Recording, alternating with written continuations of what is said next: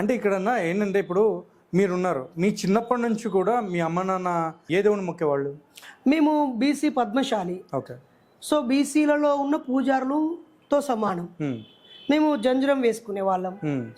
వేరే కులం వాళ్ళు మా ఇంటికి వస్తే రావద్దు అని అంటుముట్టు పాటించే వాళ్ళం. ఓకే. ఎవరైనా తాకితే స్నానం చేసే వాళ్ళం. మా మండల హెడ్ క్వార్టర్లో మా తాత పూజారి. మాకు షోలాపూర్లో సొంతంగా గుడి కూడా ఉంది. మేము వినాయకుడికి ప్రత్యేకంగా పూజలు చేస్తాం. దీపావళికి ప్రత్యేకంగా నోములు చేస్తాం. మాకు పెద్దేవుడు ఉన్నది, ఉప్పలమ్మ ఉన్నది, దుర్గమ్మ ఉన్నది. అన్ని పండుగల్ని చాలా భక్తి శ్రద్ధలతో చేస్తుంటాం. చేసుకునేవాళ్ళు ఒకప్పుడు 100%. ఇప్పుడు మా తమ్ముడు మాల వేస్తాడు. మా ఊర్లో మా చిన్నాన్న బైరి భాస్కర్ అని మా బాబాయ్, మా చిన్న తాత కొడుకు, ఆయనే మొదటగా అయ్యప్ప మాల వేసిన మంచి భక్తుడు.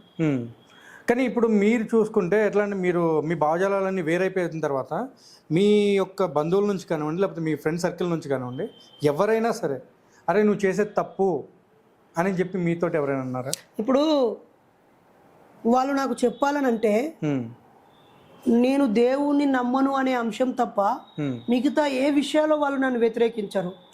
ఎందుకు? నేను చదువులో ముందున్నాను.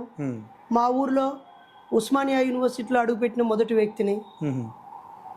ఒక 10 డిగ్రీలు చేశానని చెప్పాను కదా. 4 మాస్టర్ డిగ్రీలు, 4 డిప్లొమా డిగ్రీలు, ఒక బిఈడి, ఒక పిహెచ్డి, ఒక లా. ఓకేనా? సో చదువులో నన్ను ఇంకెవరు కామెంట్ చేయలేరు. నేను ఒక ఆదర్శ వివాహం చేసుకున్నాను. కులాలు మతాలు కట్న కానుకలు అన్నీ వదిలేసి నేను ఇల్లు కట్టుకున్నాను. 2 పిల్లల్ని మంచి చక్కగా పోషిస్తున్నాను. అమ్మా నాన్న బాధ్యత తీసుకున్నాను, అత్తమ్మమ్మ బాధ్యత తీసుకున్నాను. ఇల్లు, పొలము, భూమి, జాగా, స్థలము, ఫ్లాట్లు. నేను ఆర్థికంగా ఎదిగాను, చదువులో ఎదిగాను, అలాగే తెలంగాణ ఉద్యమంలో పాల్గొన్నాను, ఇతరులకు సాయం చేయడంలో ఉన్నాను, బంధుమిత్రుల కష్ట సుఖాల్లో నన్ను ఏ కోణంలో మా బంధుమిత్రులు తప్పుపట్టే అవకాశం ఉంది? ఒక దేవుడు అనేది తప్ప వాడు 100% గ్రేట్ అని అంటారు. నన్ను చాలా గౌరవంగా ఫీల్ అవుతారు. బాల్యంలో అంటే తెలిసి తెలియని వయసు, ఆడేదో తిరుగుతున్నాడు అని అనుకున్నారు. కానీ నన్ను అర్థం చేసుకున్నాక వాళ్ళు మారిపోయారు. నేను చదువులో ముందుండేవాడిని, కో కరికులర్ యాక్టివిటీస్లో ఉండేవాడిని, స్పీచ్లో, మ్యాజిక్లో, వ్యాసరచనలో, మెమొరీ టెస్ట్లో, అనేక కలెక్టర్లతోటి, గవర్నర్లతోటి, ముఖ్యమంత్రులతోటి బంగారు పథకాలు సాధిస్తూ, యూనివర్సిటీలో గోల్డ్ మెడల్ సాధిస్తూ ముందుకెళ్ళేవాడిని.